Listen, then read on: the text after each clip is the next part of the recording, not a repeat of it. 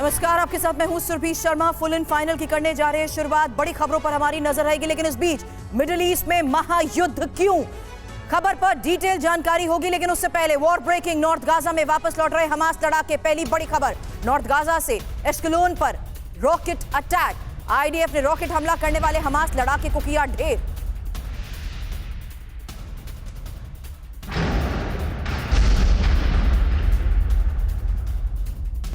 दूसरी war breaking, जहां Rafa में रसद ले जा रहे ट्रक पर हुई पत्थरबाजी।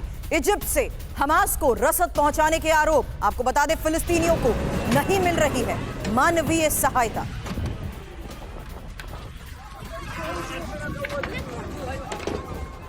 अगली वॉर ब्रेकिंग, जहां देखिए किस तरीके से यरूशलेम के नजदीक शौफत में हिंसा भड़क चुकी है। हमास समर्थकों ने आईडीएफ पर पत्थरबाजी की। आईडीएफ ने आंसू गैस के गोले छोड़े।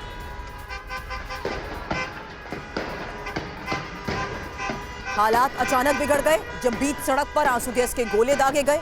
और ये देखिए, एक तरफ गाड़ियां चलती हुई नजर आ रही हैं, वहीं दूसरी तरफ लगातार आंसू गैस के गोले दागे जा रहे हैं। हमास समर्थकों ने आईडीएफ पर यरूशलेम के नजदीक शौफत में पत्थरबाजी की। आंसू गैस के आईडीएफ ने गोले भी छोड़े।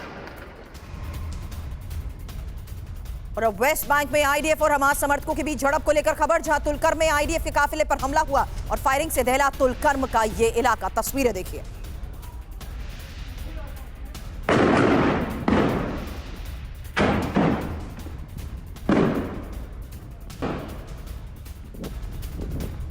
तेल अवीव की सड़क पर जुटे हजारों समर्थकों की भी तस्वीर आई सामने, जहां नेतन्याहू सरकार को हटाने की मांग कर रहे हैं प्रदर्शनकारी। हमास के कब्जे में मौजूद बंधकों की रिहाई की हो रही है मांग।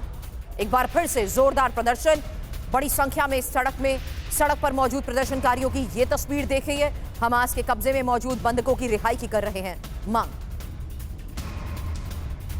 वहीं सीरिया के लताविया में भी भारी बारिश से तबाही की तस्वीरें आई सामने। पानी की तेज धार में बहते दिखे हजारों गैस सिलेंडर। 3 घंटे के भीतर 130 मिलीमीटर से ज्यादा बारिश दर्ज की गई है और उसके बाद की भयावह स्थिति आपके सामने। तेज धार में बहते सिलेंडर्स। पानी का बहाव इतना तेज था, सीरिया के लातविया में लगातार हुई बारिश का ही ये नतीजा है। पानी का बहाव इतना तेज था कि हजारों गैस सिलेंडर भी इसमें बह गए। और नीदरलैंड में अवैध प्रवासियों को लेकर भड़की हिंसा को लेकर खबर, जहां एक शहर में ही दंगाइयों ने गाड़ियों को आग के हवाले कर दिया। अवैध प्रवासियों को लेकर हिंसा भड़कती जा रही है और नीदरलैंड में ये हिंसा की उस वक्त की तस्वीर है जहां दंगाइयों ने गाड़ियों में आग लगा दी। और नीदरलैंड के ही हेग में 2 गुटों के बीच हिंसक झड़प की भी तस्वीरें आई, जहां ओपेरा हाउस की बिल्डिंग को भी नुकसान पहुंचाया गया।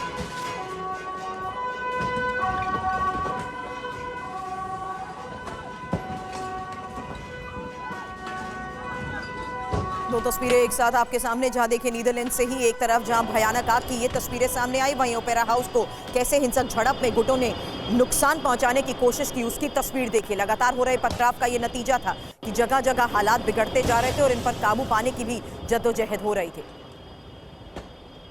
आज वॉर ब्रेकिंग एक साथ आपके सामने इंफॉर्मेशन वॉल पर रखते हैं, जहां देखिए किस तरीके से लगातार बिगड़ते हालात के बीच आज ये भयावह तस्वीरें सामने आई हैं, जहां नॉर्थ गाजा में वापस लौट रहे हमास लड़ाकों को किया गया टारगेट। वहीं इजिप्ट से हमास को रसद पहुंचाने के आरोप के बीच ये तस्वीरें सामने आई, जब देखा गया कि किस तरीके से अब लगातार हालात बिगड़ते जा रहे और राफा में रसद ले जा रहे ट्रक पर भी पथराव किया जा चुका है। वहीं एक और महत्वपूर्ण खबर, यरूशलेम के नजदीक हमास समर्थकों ने किस तरीके से लगातार पथराव किया, आगजनी की और आईडीएफ की पत्थरबाजी की भी तस्वीर हमने आपको दिखाई, जहां लगातार आंसू गैस के गोले भी छोड़े जा रहे थे। वहीं वेस्ट बैंक में आईडीएफ हमास समर्थकों के बीच झड़प लगातार होती जा रही है और तुलकर में आईडीएफ के काफिले पर हमले को जिस तरीके से अंजाम दिया, उसकी तस्वीर आपने देखी। वहीं एक बार फिर से नेतन्याहू के खिलाफ प्रदर्शन बढ़ता जा रहा है।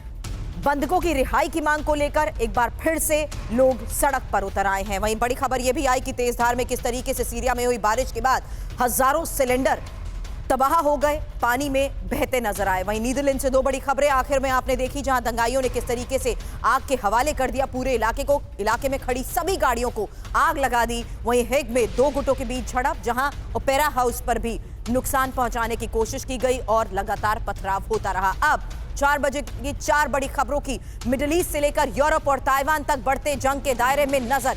ये खबरें बड़ी क्यों हैं? क्योंकि मिडिल ईस्ट में हूथी के हमले से कैसे भारत पर असर पड़ा, इसके बारे में आज डिटेल इंफॉर्मेशन आपके सामने होगी। हुती के हमले का अमेरिका और ब्रिटेन ने कैसे जवाब दिया, तस्वीरें आपको दिखाएंगे। साथ ही बताएंगे यूक्रेन से कैसे नेटो पर खतरा बढ़ गया है, किसने कहा यूक्रेन विश्व युद्ध कराएगा और क्यों ताइवान होगा अगला यूक्रेन। डिटेल इंफॉर्मेशन आपके सामने, लेकिन सबसे पहले इस बीच आपको यह बता दूं कि इन्हीं खास बड़ी खबरों पर चर्चा के लिए खास मेहमान इस वक्त हमें ज्वाइन कर चुके हैं और इस बीच उनका इंट्रोडक्शन आपके सामने रख दूं, जहां पर major general retired Yash Mor sir as a defence expert हमें ज्वाइन कर चुके हैं और साथ ही कमोडोर रिटायर्ड जीजे सिंह रक्षा विश्लेषक के तौर पर इस वक्त हमारे साथ हैं। वहीं professor Rajan Kumar foreign expert भी इस वक्त हमें ज्वाइन कर चुके हैं। Thank you for joining us sir. लेकिन इस बीच रेड सी में हुती के बहुत बड़े हमले को लेकर खबर के साथ करेंगे शुरुआत, जहां हुती ने दागी है एंटी शिप बैलिस्टिक मिसाइल। ये बड़ी खबर है, हुती का 4 बैलिस्टिक मिसाइलों से हमला, जहां 3 मिसाइलें ब्रिटिश शिप पर दागी गई हैं और डेनमार्क की कमर्शियल शिप पर भी हमले को दिया गया है अंजाम। एक बार फिर से बता दें, ये बड़ी खबर आ रही है, जहां रेड सी में लगातार बिगड़ते हालात के बीच हुती ने एंटी शिप बैलिस्टिक मिसाइलें दागी हैं और 4 बैलिस्टिक मिसाइलों से जिस तरीके से हमले को अंजाम दिया गया है, बड़ी खबर है। 3 मिसाइलें ब्रिटिश शिप पर दागी गई हैं, डेनमार्क की कमर्शियल शिप को भी किया गया है टारगेट। ब्रिटिश ऑयल टैंकर पर हुती के मिसाइल अटैक को लेकर अगली बड़ी खबर, भारत आ रही कमर्शियल शिप पर हमला। रेड सी में हुती ने ब्रिटिश शिप को भी निशाना बनाया है और शिप से क्रूड ऑयल के टैंकर भारत आ रहे थे। हुती के प्रवक्ता ने हमले की जिम्मेदारी भी ली है, लेकिन यह साफ हो गया इस हमले की जिम्मेदारी लेने के साथ कि किस तरीके से एक बार फिर से रेड सी में हुती लगातार शिप्स को निशाना बना रहा है और ब्रिटिश शिप को टारगेट किया गया। वो ब्रिटिश शिप जो कि भारत आ रहा था, कमर्शियल शिप पर हमले को अंजाम दिया गया है। शिप से क्रूड ऑयल भारत लाया जा रहा था। तो रेड सी में हुती के बैलिस्टिक हमले को लेकर ये इंफॉर्मेशन आपके सामने, जहां देखिए किस तरीके से 48 घंटे में हुती ने 3 बड़े हमलों को दिया है अंजाम।